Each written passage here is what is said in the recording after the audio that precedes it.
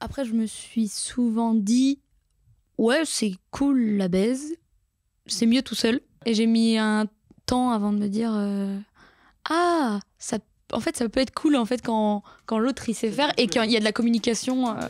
La douce voix que vous venez d'entendre, c'est Lénaïg. Je la connais depuis 3 ans, c'est une amie à moi. Et dans ce deuxième épisode de Gamin, on échange autour d'un sujet que je trouve ultra intéressant, qui est le début de la sexualité quand t'es ado. Je sais jamais comment commencer. Je sais pas, tu veux que je te donne des idées? Non, dis-moi un mot. Salope. J'ai ça qui est bien. Non, feuille d'érable.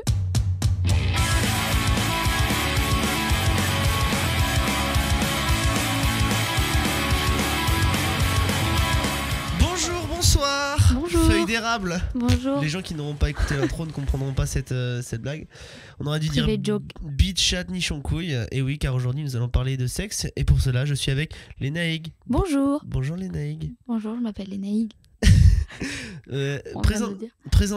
Peux-tu te présenter Lénaïg? Oui, alors... j'ai pas dit, attends. Bienvenue pour le deuxième épisode de Gamin, le podcast sur l'adolescence. Bonjour Lénaïg. Bonjour. Oui, alors je m'appelle Lénaïg, comme vous venez de l'entendre. J'ai 20 ans et je parle de mes études. Je fais quoi? Je sais pas, présente-toi. Je suis en BTS design graphique. Ok. Voilà, j'aime la vie, j'ai des amis, j'habite à Montaigu. Mais c'est déjà très bien. Je viens de la Mayenne, c'est super. J'aime les chats. Et tu es aussi à l'initiative d'un podcast. Oui. Est-ce que qui n'est pas encore monté. Qui n'est pas encore monté, pas encore commencé, mais est-ce qu'on peut en parler parce que l'épisode va pas être diffusé tout de suite. Oui, on peut en parler, vraiment furtivement. C'est un podcast sur le rêve que je réalise avec 2 autres amis qui parlent du rêve de façon un peu dans les 2 sens, le rêve, le fantasme, le rêve de jour, ce qu'on aspire à être, à avoir, et le rêve de nuit, celui que ce soit les cauchemars ou les terreurs nocturnes aussi, les beaux rêves, les rêves érotiques, par exemple. Oh, mais quelle belle transition. Oui. C'était comment ta première fois? Bim, comme ça. Trop nul. Ok. Ouais. Merde. Je vais en dire plus. J'étais en quelle classe? J'étais en première. J'étais en vacances avec mon amoureux de l'époque. Et puis, comme toute chose, on a envie de copuler à un moment. Et puis... T'étais en première? Ouais, j'étais lycée. En première. Ok. Ouais. Et je me rappelle que ma maman, elle m'avait dit attention, tu fais rien avec le garçon, t'es très jeune, tu sais, t'as 16 ans. Je crois qu'elle avait dit ça. Vous parliez pas du tout de cul en fait avec ta mère? De temps en temps, elle savait prendre ses distances, mais à la fois, on en parlait de temps en temps, mais sans qu'elle soit intrusive. Ok, voilà. C'était plutôt à titre de prévention. Voilà, quoi. c'est ça. Elle me dit t'es bien au courant, tu me dis dès que t'as envie d'en parler, donc très respectueuse à ce niveau-là. Et donc, je raconte comment c'était. Ouais. Je pense qu'il y a beaucoup de gens qui ont cette expérience-là, mais quand on est un peu stressé, moi j'ai pas l'impression de l'avoir été, mais peut-être un peu. Enfin, je crois que j'ai assez oublié un peu cette période. J'ai un peu brouillé, je pense, parce que c'était pas une super expérience, mais en clair, il n'a pas bandé. On utilisait les bonnes expressions. Oui. Voilà. Mais oui, c'est au bout d'un moment, il faut appeler un chat un chat. Oui, c'est vrai. Et une bite. C'est ça. Et il n'a pas bandé. Non, il n'a pas bandé. Et il a voulu recommencer plusieurs fois, sans être violent ou intrusif, mais... Oui, c'est un consentement mutuel. Bah, voilà. Bien, voilà. Tout ça, voilà, c'est ça. Mais moi, j'ai été un peu dégoûtée. C'est un peu fort comme mot, mais ça m'a un peu... J'étais un peu réticente. Ça t'a pas égayé, quoi. Voilà, c'est ça. Okay. Parce qu'en plus, je pense moi, j'étais à la découverte du genre masculin, et lui, ça devait être pareil dans le sens contraire. Et c'était ton premier copain? Oui. Et lui n'avait jamais rien fait non plus? Non. Ok, non. donc C'était un petit peu la découverte pour... Voilà, c'est ça. Et en plus, ce jour-là, j'avais mes règles, donc... Enfin, j'avais mes règles le soir après. Ok. Donc, en fait, je n'ai jamais su si j'avais été, comment on dit, déflorée. Je sais plus, c'est mais quoi. ça, de toute façon... C'est bizarre. Mais ouais, cette histoire d'hymen et tout, enfin, c'est... Ouais. De ce que j'en ai compris, c'est pas vraiment un truc qui est percé, quoi. C'est pas... Oui, voilà. Et puis... C'est pas percé, tu vois, d'un seul coup. C'est une... je crois que je t'avais déjà fait un dessin, je sais plus si je t'avais montré. Les deux demi-lunes, en fait. Parce que moi, vraiment, dans mon esprit, l'hymen, c'était vraiment genre... une sorte de voile, de ouais. vitre plexiglas qui était en travers de la tâche. Mais finalement... c'est juste quelque chose qui s'agrandit ou qui se déchire un peu, je pense. Je sais pas, qui se déchire peut-être à... Comme ce qu'il y a en dessous de ta langue, tu vois. Ah ouais, Je crois que c'est ça. Ça me terrifie ce que tu veux me dire. Eh ben, en gros, ouais, je crois que ça fonctionne comme ça. Après, je suis un homme cisgenre. Et puis, il y a tellement de cas différents, soit de filles qui ont un plus gros hymen, je sais pas si on peut dire ça, mais... on est tous hyper différents là-dessus. Il y en a qui saignent pas, il y en a qui saignent. Ça leur fait mal. Vous pouvez pas comparer vos tailles de vagin, parce que nous, les garçons, tu sais, il y a le truc de taille de caca. C'est visible. Mais je pense que comme il y a plusieurs tailles de... Je suis pas biologiste, hein, mais je pense vu qu'il y a plusieurs tailles de bite, il doit y avoir plusieurs tailles de vagin. Ah bah c'est sûr. Et c'est vrai que ça, on peut pas... Il y a des vagins plus ou moins serrés. Tout ça. Voilà. Du coup, pas ouf cette première fois. Et vous avez recommencé avec ce gars-là ou pas ? Il a voulu de nombreuses fois m'inviter chez lui. Et moi, j'ai tout fait pour dire oh non, ah non, ce jour-là, oh non. Voilà, exactement. Ou alors j'ai théâtre. C'était une bonne excuse alors que j'avais pas théâtre. J'avais juste peur. Mais du coup, je disais à ma maman, maman, est-ce que tu peux me donner une excuse parce que là, j'ai pas envie d'aller le voir. Et elle dit mais c'est ton copain, pourquoi t'as pas envie de le voir? Et en plus je pouvais pas lui dire, tu vois, que c'était à cause du fait parce qu'on avait essayé, donc j'étais un peu en mode je suis dans le tabou complet. Ok. Voilà. Mais du coup avec ce gars-là vous avez jamais rien refait? Non.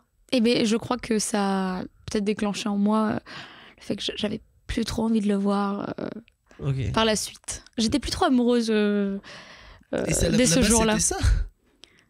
La base, c'est-à-dire... Enfin, je veux dire, le fait que tu l'aimes plus, c'était juste que c'était mal je sais pas, mais tu sais, des fois, il suffit d'un petit truc qu'il y ait une sensation de dégoût pour que ça se généralise complètement.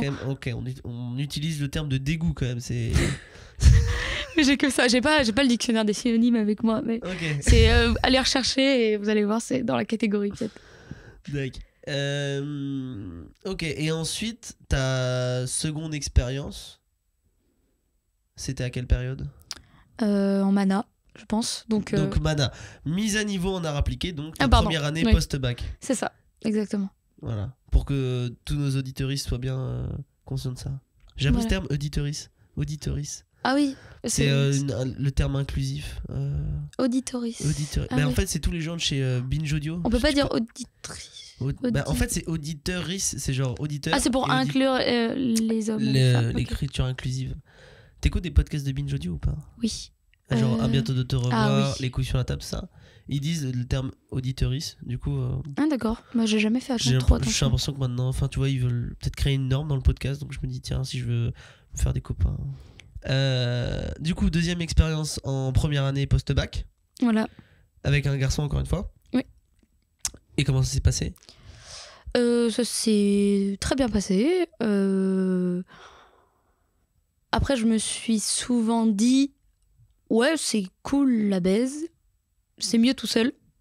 Ouais. Et j'ai mis un temps avant de me dire ça, en fait, ça peut être cool en fait quand l'autre il sait faire et qu'il y a de la communication. Ouais. Mais ça, du coup, ça a été cool, vraiment, vraiment cool quand j'ai eu d'autres expériences par la suite. Ok. Et du coup, tu parlais de plaisir en solitaire. C'est à quel moment où t'as découvert un peu, tu t'es dit ouais, je peux faire ça? Que j'ai découvert le plaisir en solitaire, ouais. Très très très très jeune. Ah oui. Techniquement j'avais 3 ans, je me rappelle, j'étais dans le bac à sable. Mais on dit, tu blagues, mais les enfants le font. Le font, ouais, bien sûr.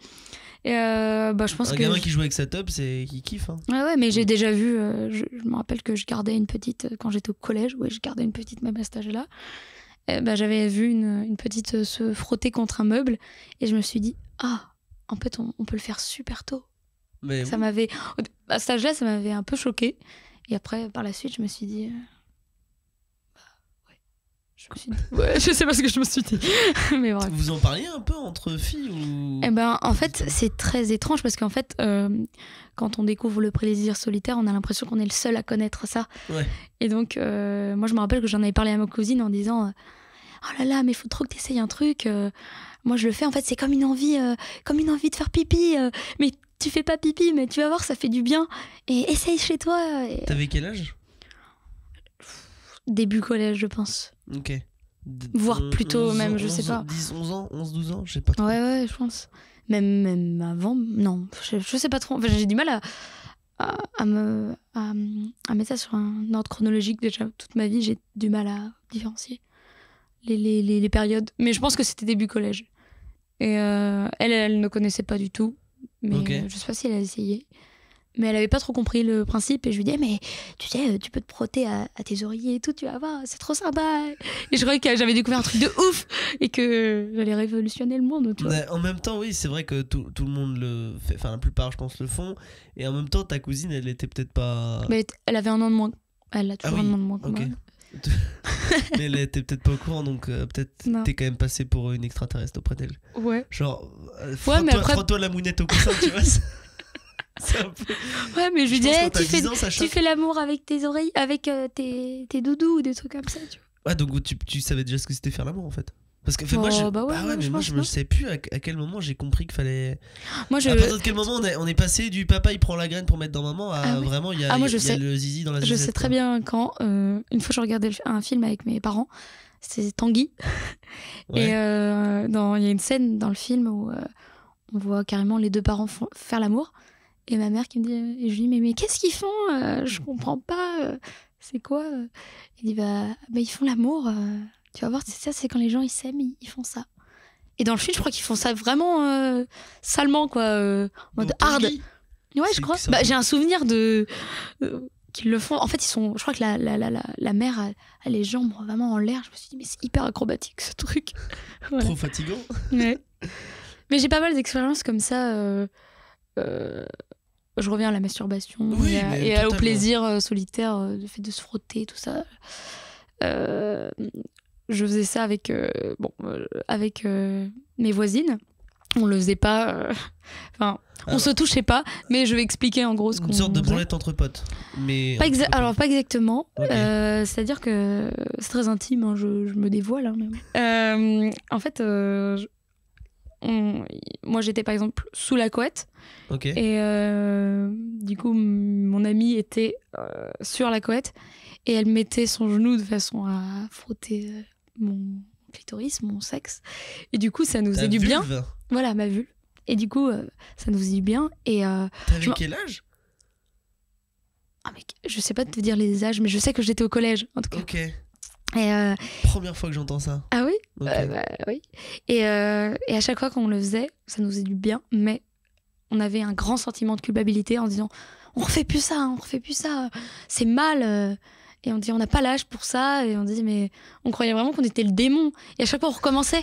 Et on disait mais il faut vraiment qu'on arrête. Et on se foutait des baffes. Et on disait c'est pas bien, on refait pas ça. Et tout. Et je me suis dit vraiment. Vous étiez toutes les deux consentantes. Entre potes à se faire du bien, ouais, c'est clair. C'est finalement, avec le recul, c'est con de sentir un sentiment de culpabilité. Mais... Ouais, bah c'est plus tard qu'on se dit vraiment en tant Vous que vous voyez ou femme. pas? Ah oui. Ok. Mais je crois qu'on avait déjà reparlé il y a un bout de temps là, mais de façon un peu gênée, mais en même temps, c'était un souvenir un peu, C'est tu vois, un fou. peu l'innocence. Honnêtement, je te file le matin, je te file les micros et vous allez reparler de ça. Vous faites un épisode. Ce serait passionnant, hein, genre Ouais. 10 ans après.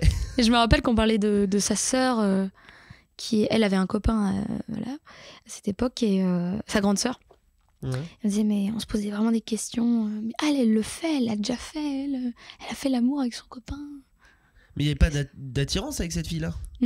Non, c'est juste qu'en fait on faisait semblant, comme ce qu'on peut faire quand on est petit, on fait semblant de faire l'amour. Mais non, on n'avait pas d'attirance du tout.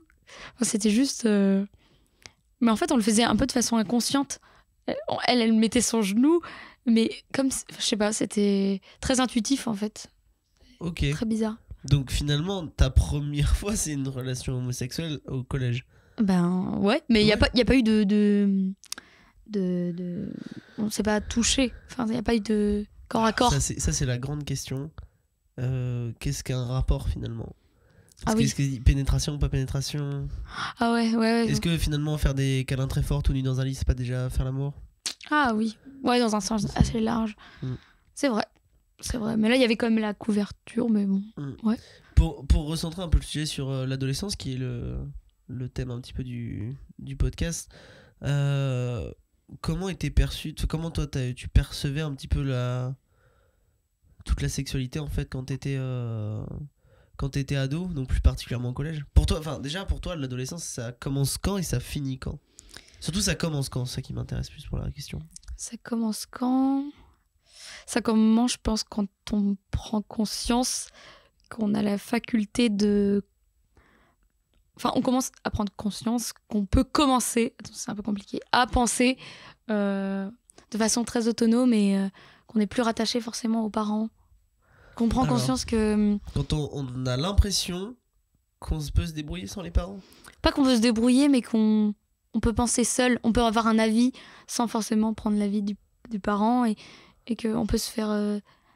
Enfin, je sais pas... Dans l'épisode précédent, ma soeur m'avait dit, je pense en 5ème. C'est clair. Ah oui. Toi ça. Ah oui. Ouais, parce qu'elle est prof, c'est ça? Ouais. Bah t'as pas écouté l'épisode de la semaine dernière? Bah il est sorti. Non. Non, voilà, c'est pour ça. Ok, donc d'accord. Et du coup, donc quand t'as commencé à être ado, à te sentir ado, ma question était. C'est peut-être aussi... Ben, je sais pas. En fait, moi, j'ai pas beaucoup de souvenirs de mon enfance. Ouais. Sauf des flashs qui me reviennent comme ça, mais alors que je dirais peut-être l'adolescence commence au souvenir de dans quel état d'esprit on était. J'ai du mal à m'imaginer dans quel état d'esprit j'étais quand j'étais enfant. Par contre, quand j'étais ado, j'ai des souvenirs de comment je pouvais penser à cette époque-là. Tu vois, on se construit son propre esprit critique un peu, même s'il est un peu nul. D'accord. Et immature. Je vais faire semblant que c'est clair ce que tu dis. Oh là là, D'accord. C'est pas clair du tout. Moi, c'est hyper clair. Non, mais en fait, l'avantage, c'est que les gens, chez eux, ils pourront remettre ce passage et l'écouter en boucle, commencer à faire des dissertations en parlant. Mais si, je suis sûre, les gens, il y en a qui vont faire. Ah, mais oui, moi, je vois tout à fait ce qu'elle veut dire. J'espère. Mais super, dites-le en commentaire. Je sais pas s'il y aura des commentaires. Je sais même pas si des gens vont nous écouter. Mais oui, mais si. Si, bien sûr. Non, pour revenir à ça, du coup, comment la sexualité était perçue en fait quand t'as commencé à te sentir ado, justement? Est-ce que c'était de la fascination, Ah bah c'était moi déjà c'était très solitaire. Ouais. Pour moi c'était que ça au début évidemment, mais je le voyais comme c'est de la pulsion quoi, c'est enfin je sais pas, c'est une sorte de désir intense. Moi quand je le faisais j'avais envie d'être tout de suite maintenant. Enfin c'était vu comme quelque chose de très intime et surtout très tabou aussi. Bah ouais. Parce qu'on n'en parle surtout pas. J'ai commencé à en parler au lycée, donc à d'autres. Ah ouais. Ah mais c'est vrai, mais j'ai peu de moments où...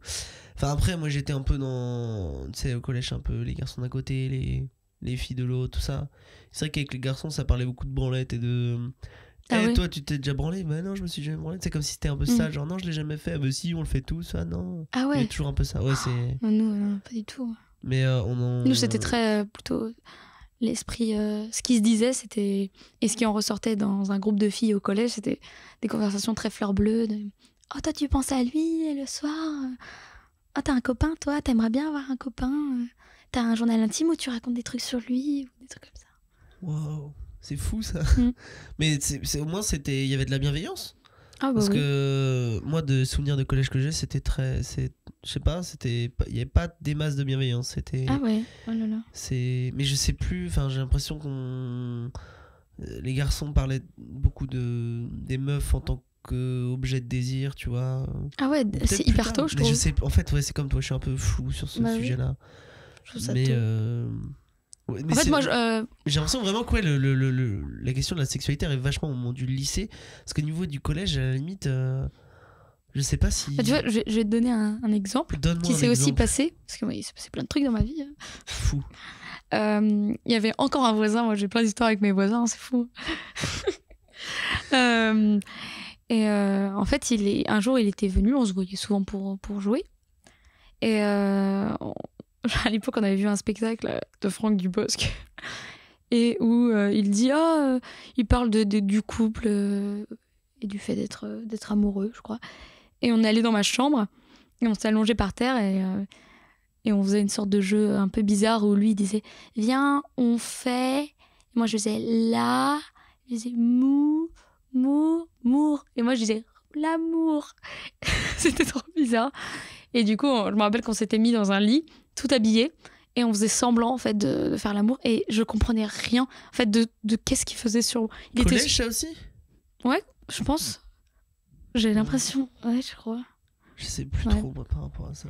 Et il était au-dessus de moi et il bougeait et je me suis dit et en fait par contre à ce moment-là je comprenais pas. J'étais ouais, c'est peut-être comme ça mais il y avait pas en fait dans ma tête c'était pas du tout genre on est en train de faire un truc sexuel.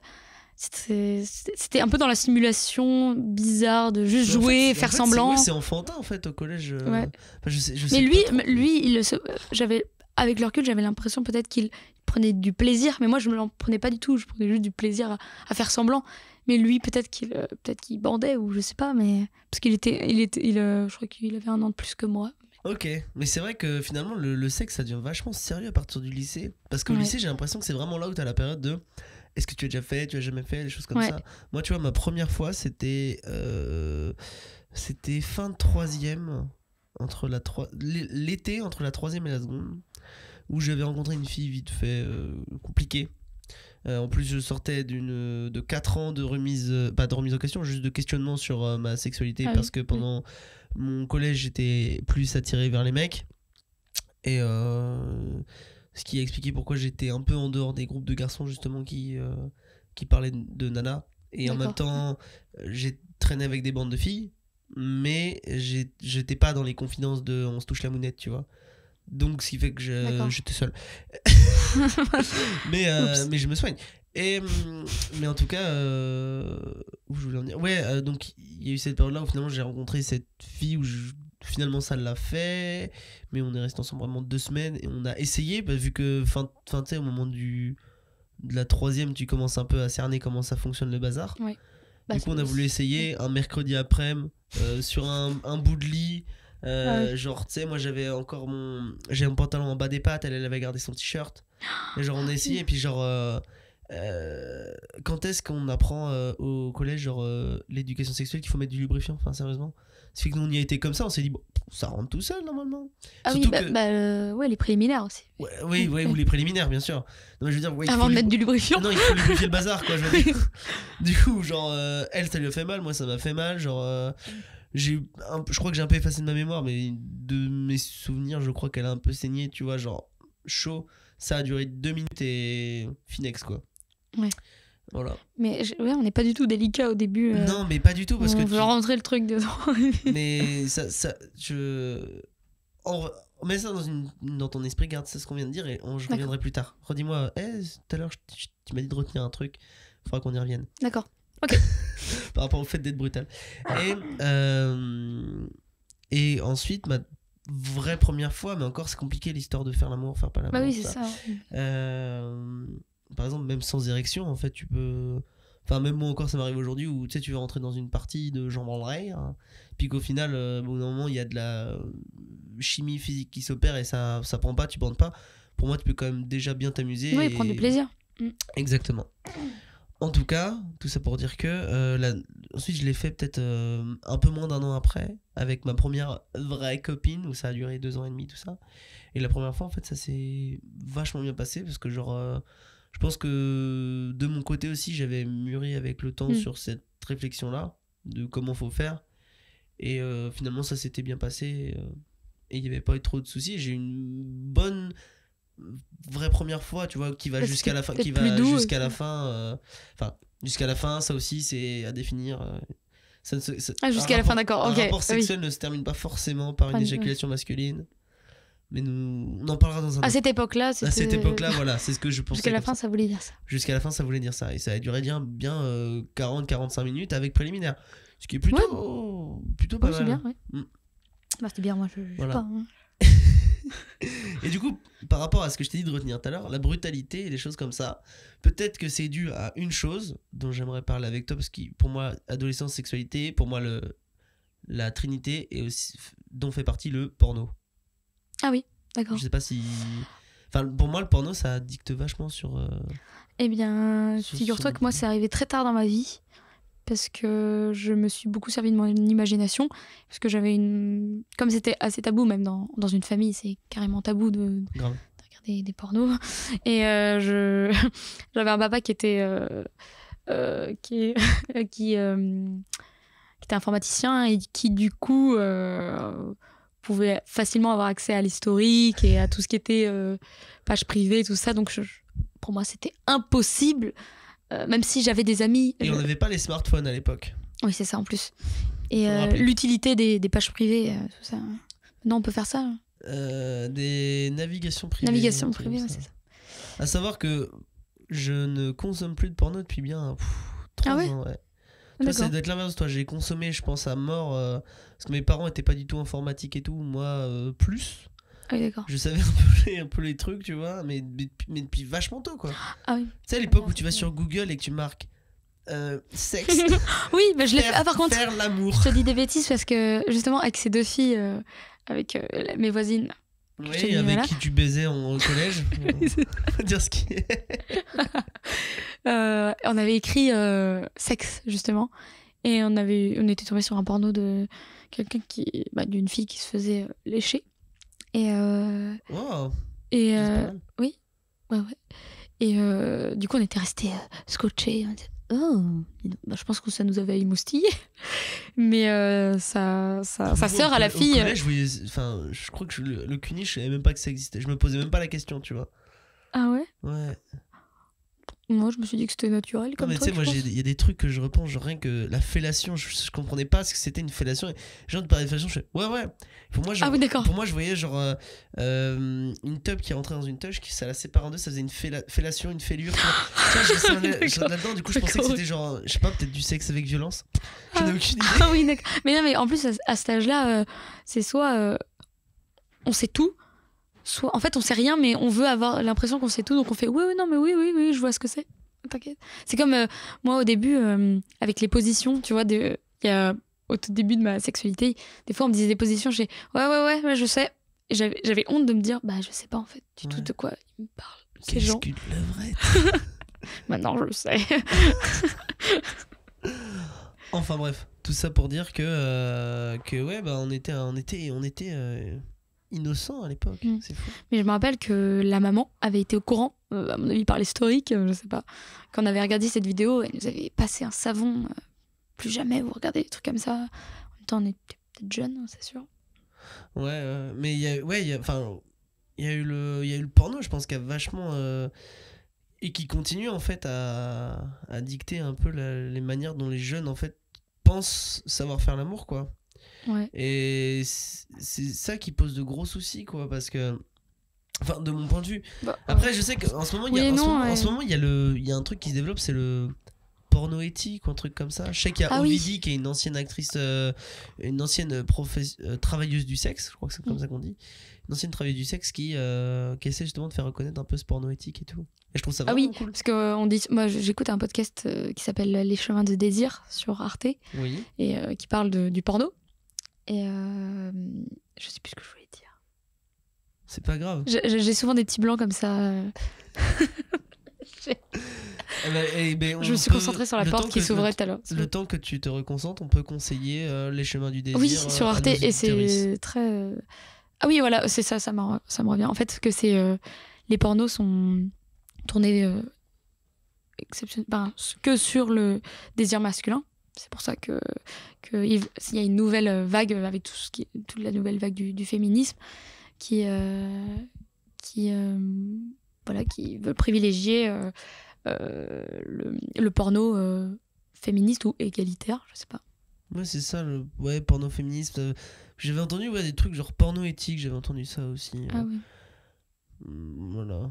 Je sais C'est- pas. Dans le podcast, en fait, elle dit, donc c'est une femme qui parle dans Les Chemins du désir, elle dit que, en fait, ce qui est des fois excitant dans le porno un peu, ce qu'on peut trouver sur Internet un peu dégueu et un peu trash, c'est ce qui, malheureusement ou heureusement, ou je sais pas quel terme choisir, mais c'est ce qui excite, en fait, alors que, tu vois, d'instaurer tout un processus éthique, ça casse un peu la chose. Même si elle, de son côté, elle dit j'ai beaucoup de valeurs, mais malheureusement, ce qui m'excite, c'est tout ce qui est un peu dans l'ombre et ce qu'on n'ose pas s'avouer.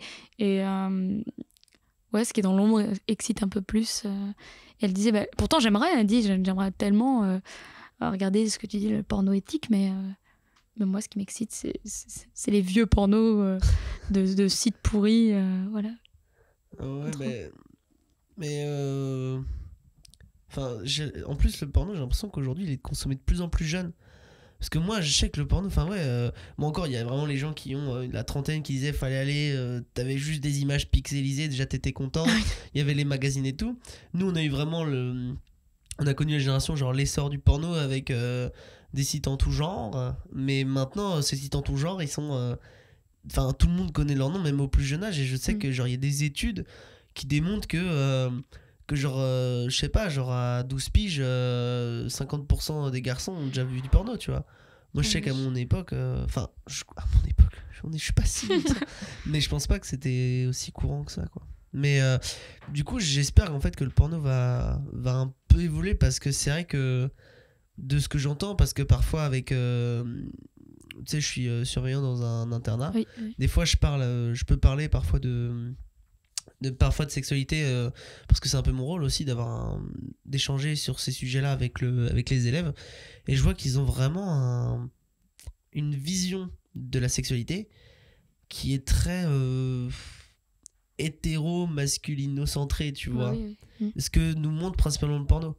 Et du coup, d'ailleurs, je me suis dit, il faudrait que je retourne sur des sites porno, mais pas pour me les branler, tu vois, juste à titre indicatif pour m'informer un peu sur ce qui se passe, quoi. Mais c'est pour ça que personnellement je suis contente d'avoir découvert le porno après, parce que j'ai eu le temps de me créer une sorte de bulle dans qu'est-ce que moi j'aimais dans mon imagination.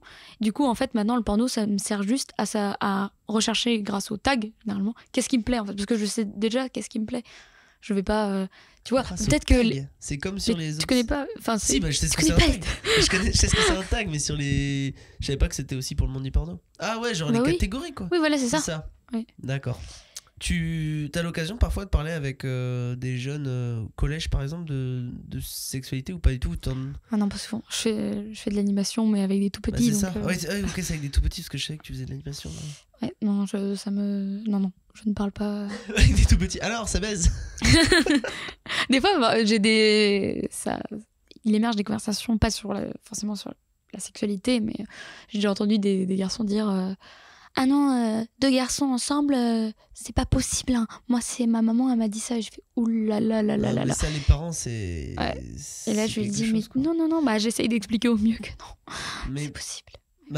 Par exemple, on peut aussi parler de tout ce qu'il peut y avoir. Ouais, c'est une pression en fait qu'on a au collège, parce que je vois par exemple, moi je dis heureusement quand il y a eu toute le barrage pour tous, tout ça. Moi de toute façon le mariage pour tous depuis la base je me disais mais de toute façon faut demander aux concernés, quoi. Enfin je vois pas pourquoi ça fait une guerre civile, mais ce que je trouvais vachement cool dans ce pourquoi il y a eu une espèce d'explosion médiatique, c'est que je me dis s'il y a des gamins qui sont en 6ème 5ème qui sont pas encore habitués à se renseigner par eux-mêmes, des garçons qui sont attirés par des garçons ou des filles qui sont attirées par des filles, tu vois, je me dis en fait que tout le monde en parle et que ça a un boom médiatique comme ça et qu'ils disent mais en fait ça existe. Putain, déjà moi je trouvais ça trop bien parce que moi quand j'étais au collège, genre je prenais des douches de 20 minutes parce que j'étais en train de me checker les balls pour voir si j'étais bien normal, tu vois, parce que pour moi être attiré par des mecs c'était pas logique. Ah ouais. Et du coup c'était physique pour toi, du coup, le problème. Ouais, je me dis à mon avis il doit y avoir un bordel là-dedans. C'est génétique. Non, je me dis ça se trouve j'ai une tâche quelque part, je sais pas. Ah oui, ouais, c'était ben, comme tu dis, moi quand j'étais au collège, pour moi ça me paraissait logique, c'était un garçon avec une fille avec un garçon. En même temps, je viens de la campagne et tout, donc Ouais, d'accord. on n'en parlait pas. Je crois que je me suis jamais trop dit. Parce que tu te dis là, non, une fille, ça doit être avec un garçon. Parce que je pense que j'ai été vite confrontée, même au collège, à des gens qui étaient amoureux. J'avais une amie qui était amoureuse d'une fille. Et... Ok, non, parce que en même temps, tu disais, voilà, avec la voisine, on se frottait oui, on aussi, se frottait la pense, touche, et pourtant on culpabilisait, donc peut-être qu'il y avait ce truc de c'est pas normal aussi de filles qui se font du bien mutuellement. Ah bah peut-être indirectement, j'y ai jamais pensé, mais c'était plus dans le fait qu'on était peut-être jeunes et que c'était pas normal de ressentir des choses à cet âge-là et que c'était des choses pour adultes plus. Ok. Je me suis jamais culpabilisée, je pense, mais peut-être que si, finalement, que c'était parce que c'était avec une fille. Ok. Parce que là, ça fait longtemps qu'on parle. Pour conclure un petit peu sur cet épisode qui s'est un peu plus tourné aux alentours du collège et des premières amours et des premières baises. Si jamais il y a des collégiens qui nous écoutent, qu'est-ce que tu pourrais leur dire par rapport à tout ce sujet qu'est la sexualité en fait qui intervient au moment de l'adolescence? De pas hésiter à communiquer et d'être peut-être des fois le premier à en parler, parce que une fois que ça se libère au niveau déjà parce que ça fait du bien d'en parler et de voir qu'on n'est pas tout seul à le faire, et même avec soi-même en fait déjà, parce que comme j'ai ressenti beaucoup de culpabilité, moi je trouve que ce qui est important, une fois que j'en ai parlé avec des amis une fois, ça, j'ai arrêté en fait ça de me culpabiliser, et je trouve que en parler avec des amis ça marche, enfin ça aide beaucoup avec soi-même. Avec des amis, si on s'en sent capable et qu'on a une bonne relation avec des adultes, ne pas hésiter à en parler aussi. Ouais. Et la communication. Avec des amis qui sont sains aussi, parce que. Bien sûr. Pas que ça crée scandale, parce que je sais que des fois au collège ça peut. Et même, oui, des amis sûrs, quoi. Des gars sûrs. Ouais. C'est ça. Et c'est ça, être toujours dans de la bienveillance aussi. Éviter de. Justement, si quelqu'un vous en parle aussi, de juger directement. Ouais. D'être à l'écoute et dans le respect. Donc pas hésiter dans la communication, la bienveillance et qu'est-ce qui toi te fait plaisir, qu'est-ce que ça. Moi j'aime. Exactement. Parce que l'autre va jamais c'est pas méchant de demander.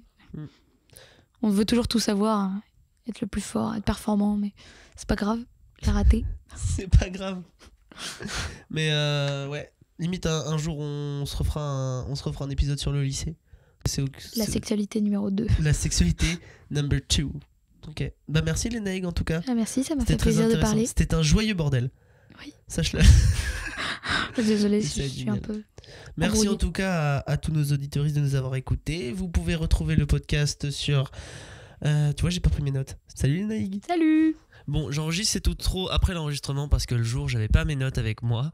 Comme je voulais le dire, tu peux me retrouver tous les vendredis à 18h sur SoundCloud, YouTube et Apple Podcast pour un nouvel épisode de Gamin. Et si jamais tu veux suivre les informations du podcast de plus près, tu peux me suivre sur Instagram @gentilgamin. Je te souhaite une bonne fin de journée ou une bonne fin de soirée. Et surtout, n'oublie pas... On n'est pas sérieux quand on